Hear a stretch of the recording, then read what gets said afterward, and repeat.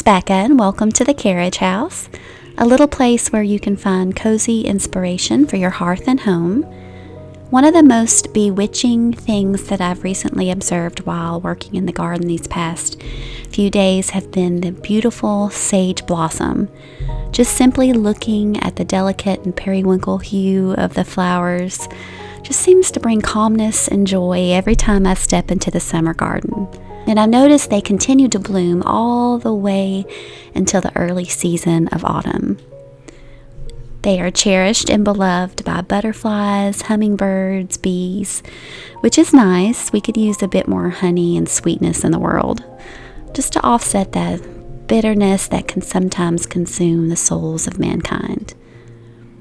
Last year, I simply left the flowers alone, pruning them each time they began to look tired and spent, sort of like me after a full day of child rearing.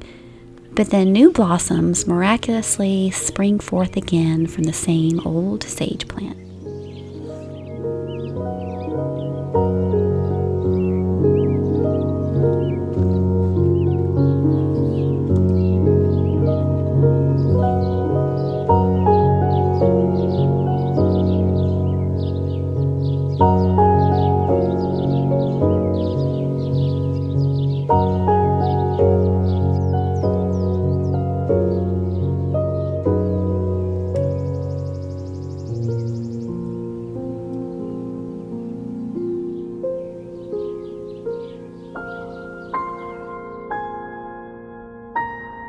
This year, I decided to harvest the blooms and make sage blossom jelly.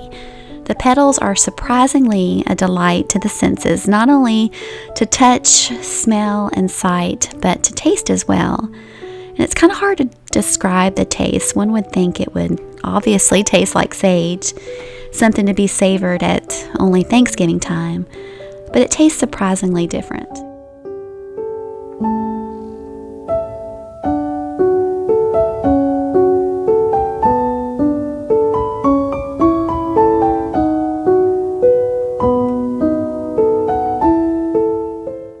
I know this may seem like a tedious task to some, and who in the world would want to make time for such a thing? But I promise you, bringing back the old ways of living and loving the simple things that life has to offer, like pitting cherries for a cherry pie while sitting on a rocking chair on the back porch, or doing something like this, or basically anything that doesn't involve multitasking to the point of exhaustion. I promise it's the simple things like this that can calm your heart, your soul, and your mind, and reconnect to God and the earth and every living thing around you.